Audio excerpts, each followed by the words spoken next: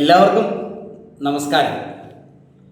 പ്രിയപ്പെട്ട വിദ്യാർത്ഥികളെ, മാതാപിതാക്കളെ, കഴിഞ്ഞ ദിവസം ഞാൻ സംസാരിച്ച വിഷയത്തിൻ്റെ തുടർച്ചയായിട്ട് സംസാരിക്കാമെന്ന് സൂചിപ്പിച്ചിരുന്നു.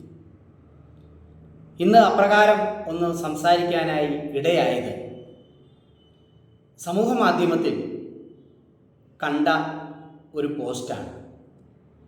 ഹരിപ്പാട് റെയിൽവേ സ്റ്റേഷന് സമീപമുള്ള ചില കുഴപ്പങ്ങളെക്കുറിച്ച് ഒരു വീട്ടമ്മയുടെ അനുഭവം. ഹരിപ്പാട് റെയിൽവേ ക്വാർട്ടേഴ്സിന് സമീപത്താണ് ഈ വീട്ടമ്മ താമസിക്കുന്നത്. അവിടെ പലപ്പോഴും പല വിദ്യാർത്ഥികളും, ആൺകുട്ടികളും പെൺകുട്ടികളും ഒക്കെ എത്താറുണ്ട്. അവിടെ നടക്കുന്ന ചില കാര്യങ്ങൾ അത്ര രസകരമല്ല എന്നുള്ള രീതിയിലാണ് ആ വീട്ടമ്മ ആ കുറിപ്പ് എഴുതിയിരിക്കുന്നത്. നമ്മുടെ കുഞ്ഞുങ്ങൾ രാവിലെ എന്നും സ്കൂളിലേക്കായി പുറപ്പെടുകയാണ്. രാവിലെ അമ്മമാരെഴുന്നേറ്റ് ഉച്ചയ്ക്കത്തേക്കുള്ള ആഹാരവും രാവിലെ പോകുന്നതിന് മുമ്പുള്ള ആഹാരവും എല്ലാം തയ്യാറാക്കി വളരെ സ്നേഹത്തോടെ നമ്മുടെ കുഞ്ഞുങ്ങളെ സ്കൂളുകളിലേക്ക് യാത്ര അയക്കാറുണ്ട്.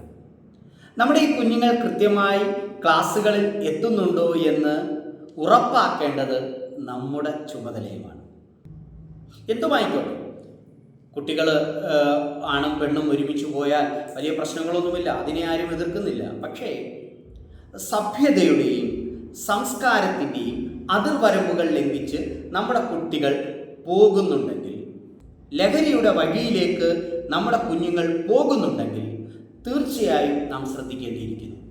ഒരു അധ്യാപിക എന്നോട് സൂചിപ്പിച്ചു, മാവേലിക്കരയിലും ഇതൊക്കെയുണ്ട്. എന്നും ഞാൻ കാണും മാവേലിക്കരയിലെ ചില സ്ഥലങ്ങളിൽ. പക്ഷേ വഴക്ക് പറയാൻ പേടിയാണ്. പ്രിയമുള്ള രക്ഷിതാക്കളെ, എൻ്റെ സ്നേഹം നിറഞ്ഞ ഗുരുക്കന്മാരെ, ദയവായി നമുക്ക് നമ്മുടെ കുഞ്ഞുങ്ങളെ തിരികെ കൊണ്ടുവരണമെങ്കിൽ സ്നേഹത്തോടൊപ്പം, കരുതലിനോടൊപ്പം, ചേർത്ത് പിടിക്കുന്നതിനോടൊപ്പം അല്പം ശാസനയും കൂടി വേണം. ഇതൊക്കെ പറയുമ്പോൾ വിരോധം തോന്നുന്ന, വിഷമം തോന്നുന്ന ചില ആളുകളുണ്ടാകാം.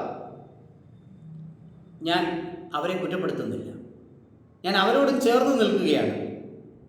നമ്മുടെ മക്കളെ സ്നേഹിക്കുമ്പോൾ, നമ്മൾ കഷ്ടപ്പെട്ട് നമ്മുടെ കുഞ്ഞുങ്ങളെ പഠനത്തിനായി സ്കൂളുകളിലേക്ക് അയക്കുമ്പോൾ അവരുടെ പഠനം ശരിയായ മാർഗത്തിലാണ് എന്ന് ഉറപ്പാക്കാൻ നമുക്ക് കഴിയണം. അങ്ങനെ കഴിയാതെ വന്നാൽ പിന്നീട് നമ്മൾ നാളെ വിഷമിക്കേണ്ടി വരില്ലേ? തീർച്ചയായിട്ടും നമ്മുടെ മക്കൾ എവിടെ പോകുന്നു? ഞാൻ സാധാരണഗതിയിൽ ക്ലാസ്സുകളൊക്കെ എടുക്കാൻ പോകുമ്പോൾ രക്ഷിതാക്കളോട് പറയുന്ന ഒരു കാര്യമുണ്ട്. മാസത്തിൽ ഒരിക്കലെങ്കിലും സ്വന്തം കുഞ്ഞു പഠിക്കുന്ന വിദ്യാലയത്തിലെത്തി സ്വന്തം മക്കളെ പഠിപ്പിക്കുന്ന ടീച്ചേഴ്സിനെ കാണുവാൻ, ആ സ്കൂളിൻ്റെ ഹെഡ് മിസ്സസ് അല്ലെങ്കിൽ ഹെഡ് മാസ്റ്റർ അല്ലെങ്കിൽ പ്രിൻസിപ്പൽ ആരെയാണോ കാണുവാൻ നാം സമയം കണ്ടെത്തണം. ഇപ്രകാരം നമ്മൾ കൃത്യമായി എല്ലാ മാസവും സ്കൂളിലെത്തിയാൽ നമ്മുടെ കുഞ്ഞുങ്ങൾ മനസ്സിലാക്കും, നമ്മുടെ ടീച്ചേഴ്സുമായി എൻ്റെ പിതാവിന് അല്ലെങ്കിൽ മാതാവിന് നല്ല ഒരു ബന്ധമുണ്ട്. അതുകൊണ്ട് ഞാൻ എന്തെങ്കിലുമൊക്കെ കുരുത്തക്കേട് കാണിച്ചാൽ, ഞാൻ ക്ലാസ്സിൽ കൃത്യമായി വരാതിരുന്നാൽ, ഞാൻ ഉഴപ്പിയാൽ വീട്ടിലറിയും എന്നുള്ളത്. എന്നാൽ ചില കൂട്ടരുണ്ടാകാം വീട്ടിലറിഞ്ഞാലും പ്രശ്നമൊന്നുമില്ല എന്ന് ചിന്തിക്കുന്നവരുണ്ടാകാം. ഞാൻ ആ കൂട്ടരെ ഒന്നും വിസ്മരിക്കുന്നില്ല, അവരോട് എനിക്ക് എതിർപ്പുമില്ല.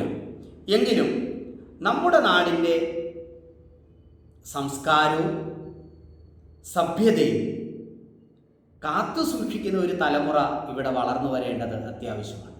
അതുകൊണ്ട് നമ്മുടെ മക്കളുടെ വഴികളെ ശ്രദ്ധിക്കാം, നമ്മുടെ മക്കളുടെ യാത്രകളെ ശ്രദ്ധിക്കാം. ആ യാത്രകൾ തീർച്ചയായും നല്ലതിലേക്കുള്ളതാണോ എന്ന് പരിശോധിക്കുവാൻ മാതാപിതാക്കളായ നമുക്ക് കൃത്യമായ ഉത്തരവാദിത്വമുണ്ട് എന്ന് തിരിച്ചറിയുക. പ്രിയപ്പെട്ട ടീച്ചേഴ്സ്, നിങ്ങളും ഉപേക്ഷ വിചാരിക്കരുത്. നമ്മുടെ കുഞ്ഞുങ്ങൾ, നമ്മുടെ ക്ലാസ്സിൽ നമ്മുടെ മുന്നിലിരിക്കുന്ന കുഞ്ഞുങ്ങൾ, അവരുടെ യാത്ര നല്ല വഴിയിലേക്കാണോ എന്ന് ഒന്ന് പരിശോധിക്കാം. പേടിക്കണ്ട, ചിലപ്പോൾ ഇതൊക്കെ നമ്മൾ ചെയ്താൽ നമുക്ക് പലയിടത്തൊന്നും വിമർശനങ്ങൾ കേൾക്കേണ്ടി വരുമായിരിക്കും. ആ വിമർശനങ്ങളെ ഭയപ്പെടാതെ മുന്നോട്ട് പോകാൻ നമുക്ക് സാധിക്കണം. വടിയെടുത്ത് തല്ലി വലിയ ക്രൂരന്മാരായ ടീച്ചേഴ്സായി മാറാനല്ല ഞാൻ പറയുന്നത്. മറിച്ച് തിരിച്ചറിയുവാനും അവരെ ചേർത്ത് പിടിക്കുവാനും ശാസിക്കേണ്ടടുത്ത് ശാസിക്കുവാനും ടീച്ചേഴ്സിന് സാധിക്കണം. ക്ലാസ് മുറികളെ അറിയാത്തവർ പറയുന്നതല്ല കാര്യം. ക്ലാസ് മുറികളെ അറിയുന്ന, ഓരോ കുട്ടിയുടെയും മനസ്സിനെ അറിയുന്ന, ഓരോ കുട്ടിയുടെയും കുറവുകളെയും മികവുകളെയും തിരിച്ചറിയുന്ന ടീച്ചേഴ്സിന് മാത്രമേ നല്ലൊരു തലമുറയെ വാർത്തെടുക്കാൻ സാധിക്കുകയുള്ളൂ. അതുകൊണ്ട് ഇന്നു മുതൽ നമുക്ക് ശ്രദ്ധിക്കാം, മറക്കരുത്, നമ്മുടെ കുഞ്ഞുങ്ങളുടെ വഴികളെ നമുക്ക് പിന്തുടരാം. ആ വഴി വളയുന്നുണ്ടെങ്കിൽ അത് വളയാതെ നേർവഴിയിലേക്ക് നടത്തുവാൻ നമുക്ക് സാധിക്കണം. വിമർശനങ്ങളെ തള്ളിക്കളയാം, നല്ല വഴിയിലേക്ക് നമ്മുടെ പൈതങ്ങളെ നയിക്കാം. നന്ദി.